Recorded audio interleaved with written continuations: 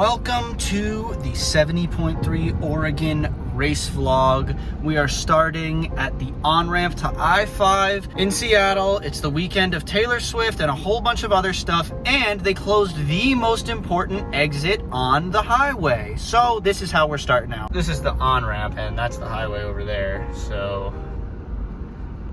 So here I am getting myself some horchata. The first stop on the trip was at a Mexican restaurant. Never been to it before, but it was pretty good. Just had to get some food in. Drove the rest of the way with Iris before stopping at Target outside of Salem to get some essentials.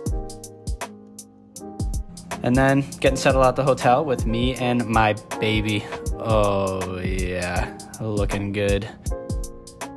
And then next morning, starting it out with AG1 and tap water before I realized that we had bottled water. Oh well, got ketones with me everywhere I go. And another essential now is Life Stacks. So yeah, I put a scoop of that to get me going for the day, and then some hotel coffee. And then it was time to go for our pre-race shakeout ride. Here's Josh, he's pushing about 100 watts, going 30 miles an hour. And here's Evan, who's not as aero, but pushing 1,000 watts to go the same speed. I would say I'm the optimum between the two. More power, but less aero than Josh. Less power, but way more aero than Evan. I mean, just look at me go here. I may not have the legs on race day, but look pretty good doing it. Then we racked our bikes in the transition area, got our packets, all that sort of stuff, and then attended the pro meeting. And if you can look closely, you can see my old boss, Lionel Sanders. And I don't know what kind of dog this is. If somebody can tell me down in the comments. Never seen one that big and fluffy. It's pretty cool. I'm thinking about getting one myself. Got some protein in the system, little muscle milk that I got at Target. And then it's time to shave the legs, get extra aero. And then put down some carbs while I was chilling before the real meal. There is only one place to go. My one love, Chipotle. Shout out to the homie Nolan for coming down to watch and share my last meal with me. And then we stopped at Target again to get some stuff for the next morning. And this is probably what ruined my race is Iris had an extra chicken nugget and offered it to me. I could not refuse. Here's an actual interesting tidbit. I took some of this weight gainer stuff, just super high carb, the night before my race simulation 2 weeks ago, which went really well. So I did it again the night before the race, and it sits pretty well. But after that, it was just time to get all my ducks in a row, set up the race belt, helmet, put the stickers on everything. And here's Iris getting super, super aero. Call me a triathlete. And then, just setting up the nutrition, just under 300 grams, maybe more of maple syrup, 340 grams actually, and a ketone. And then this is more maple syrup for the run. And then shaking up my bottle that I'll have with me on the bike. And here's the sad music, because spoiler alert, this race did not go well. Set my alarm for 3:25, and then another insurance alarm for 3:30. And then I'm going to stop talking now and just, this is how it went.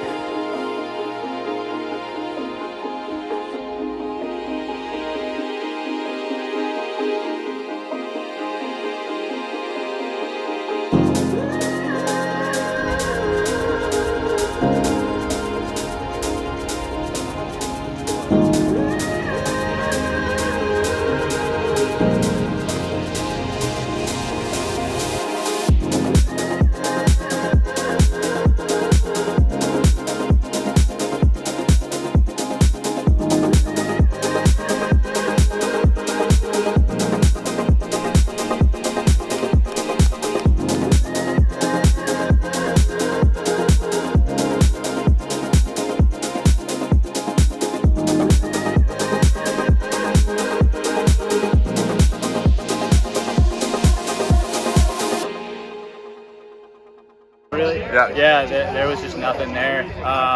And I know it sounds like such an excuse. I know people say that all the time, and I didn't do badly because there was nothing there. I did badly because I gave up, and I hate that happened, but I just had no will to fight, which is you can get a really good result on poor fitness if you're really tough and you really want it, and I think my fitness is good. It just wasn't there at all, and I just wanted to get to the finish. Not as quickly as possible, just as easily as possible. So I'm upset. I'm wondering how I can do so much training and still suck so much, still get like, I feel like I'm moving backwards. Like 2 years ago, Lionel put 7 or 8 minutes into me on the bike at Indian Wells, and today he put 10 minutes into me, you know, like I feel like I've been getting better, but the results say the opposite. So I don't know. Yeah, I have to go back to the drawing board. Yeah, I mean, it's the kind of thing you kind of have to give it like 24, 48, maybe more hours to really parse everything and figure out what happened and figure out where to go from there. But yeah, right now, just sucked all around, and I feel like a piece of shit. So yeah, really not proud of that result. Cried on the way home. I've cried after races many times on camera. It's been a while, so you know, sometimes that just but yeah, I was really upset. Had K&M Burger in Camas, Washington on the way back to Seattle, but there was not much that could cheer me up, honestly. That I was in a pretty, you know, I tried to not be in a bad mood, but I was. It was hard for me to sort of see any silver linings in the moment, but it's been 4 days. It's now Thursday. But before I get into the race recap and my thoughts on it, I want to thank AG1 for sponsoring this video. AG1 is your all-in-one daily immune support, adaptogen, multivitamin, superfood, probiotic drink, all in one. Comes out to about $3 a day. So instead of me taking all of these different supplements and pills and whatnot, I can get my entire supplementation routine by having AG1 every morning. For me, more so than the health benefits of having all these different ingredients in one drink, I've found that starting my day by doing something that I feel is good for me is an action that leads to me making good habits throughout the rest of the day and trying to change things for the better throughout my entire life. So yes, it's good for you. Yes, it fills a lot of gaps in my diet, but it also is just a really good habit to start my day. And that's one of the biggest impacts, in addition to the immune support and the probiotic. And it is NSF certified for sport, so I don't have to worry about anything tainted in there if I do ever get good enough to get drug tested, which is a big goal. If you shop using my link drinkag1.com/RACloud, you'll get a year's supply of vitamin D3 and K2 and 5 free travel packs with your first purchase. If it's not your first purchase and you already drink AG1, just shop using my link anyway. It helps me out. Thank you again to AG1 for sponsoring this video.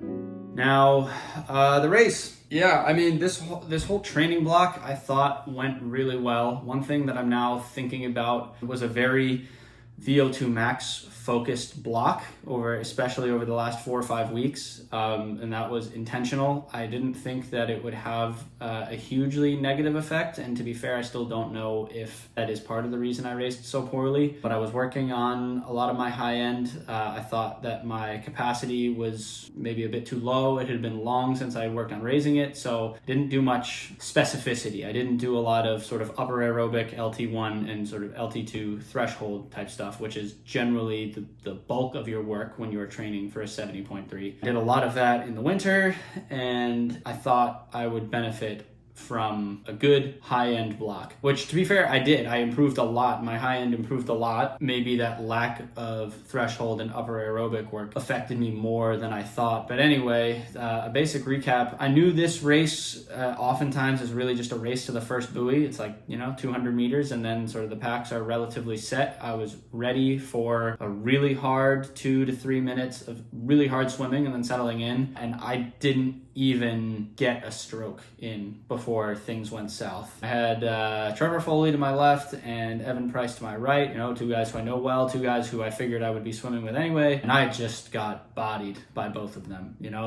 That's the game. They were better than me off the line, and so I didn't even get a stroke in the water before I was literally just off the back. My whole plan to get out to the first buoy really hard was thwarted immediately. So from there, I can't swim through anybody. There's no gaps. I'm not good enough to sort of just wait and then sprint by everyone. Like maybe if that happened to a really good swimmer, they could do that, but I don't have that ability. So I just had to wait, and I was at the back. And then I'd say one huge positive of the swim is once I had a bit of clear water, I was able to see a pack up ahead and was able to sort of understand that there was a split going on. And I actually spent the next probably what felt like 3 or 4 minutes bridging up to the back of that pack. My awareness in the open water and my ability to shift gears and put in a big dig to get somewhere, that's a huge positive. That is, what's part of the dynamics of open water is just having awareness of what's going on. I've never had that really before. That is a big positive of the swim, that I was able to see that pack and get to it. From there, I was on the back of that pack for the rest of the swim. Get out of the water, felt like I had, and it was a non-wetsuit swim, my first ever non-wetsuit swim. So I'm in my blue 70 swim skin, get out of the water, have a really good run to my bike, put my helmet on, take my bike out,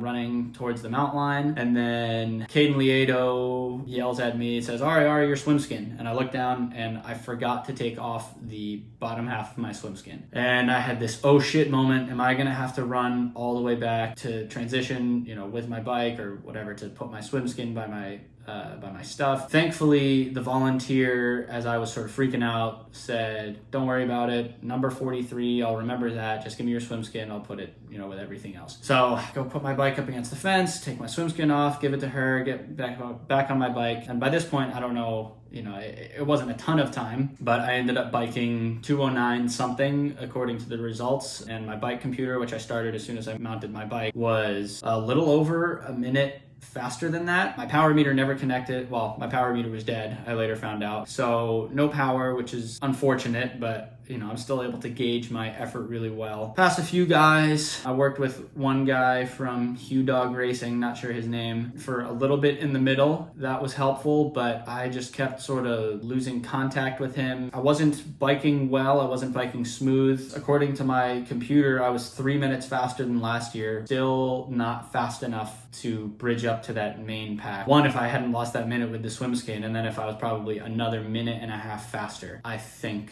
I would have been right with that pack by the end of the bike. I didn't feel great about it, but it wasn't awful. And it was 3 minutes faster than last year, so that's great improvement. It's not like I've gone backwards on the bike. I just thought maybe I was in a little bit better shape than that. And anyway, felt like I had a solid transition past a couple guys before we even got out to the run. And then we get out to the run, and I had 4 or 5 guys just in a line ahead of me. There was Nick Chase and Simon Shee and a few others. And then once I passed Simon, it was a big gap to the next guy up ahead. And from there, when it sort of start to put your head down and grind, I started really thinking about how bad I felt. I only had one gear. I didn't really feel like I was running well. It felt like such a huge effort to just keep running the pace I was running, which didn't feel particularly fast. I just tanked mentally way more than physically coming around 4 miles. I just stopped believing that I could even maintain the pace that I was running. I didn't really know what I was even doing there. I didn't know what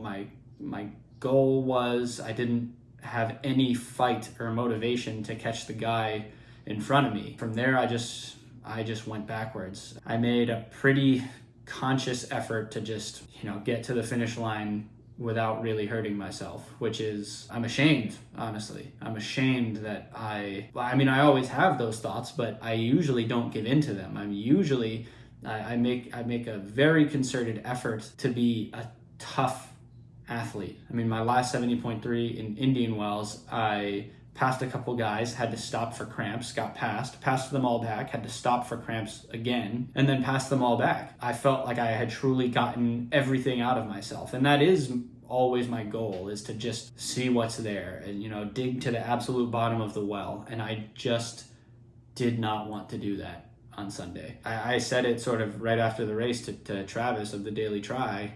You can get a good result if you feel like crap or you're not fit, if you're just willing to fight.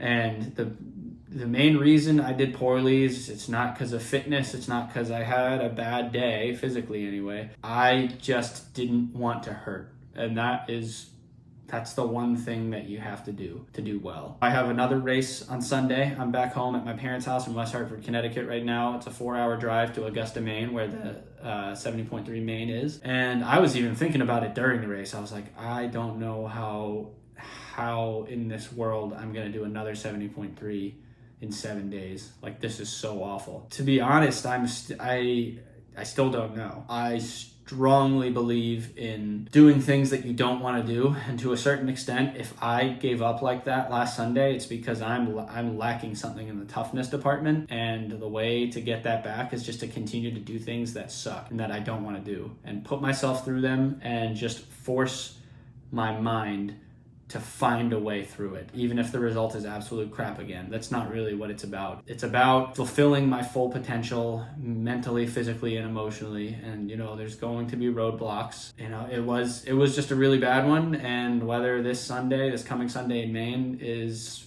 equally terrible or worse, I got to do it, even if it's not reflective of my physical fitness. I really feel like I trained well. I made progress in training. It was a pretty good all-around training block. Again, I didn't have the specific 70.3 training, the LT1, LT2, 70.3 power and pace type stuff, but I feel like I made progress in a lot of areas, and long-term that's going to pay off, even if it didn't in this past weekend. So I won't change much. Obviously the intensity distribution will change. I'll go back to more of that 70.3 specific stuff. There's nothing really to do. It was just a horrible day. If it was indicative of where I actually am at this time, fitness wise, and there's nothing I can do in a couple of days. It's going to take months at the very least to make meaningful changes. So I just have to eat it and move on to the next one. Thank you guys for watching, and hopefully I can turn it around a little bit this coming Sunday in Maine. But the most important thing is just getting up and trying again. Peace out. I'll be back with another video of another race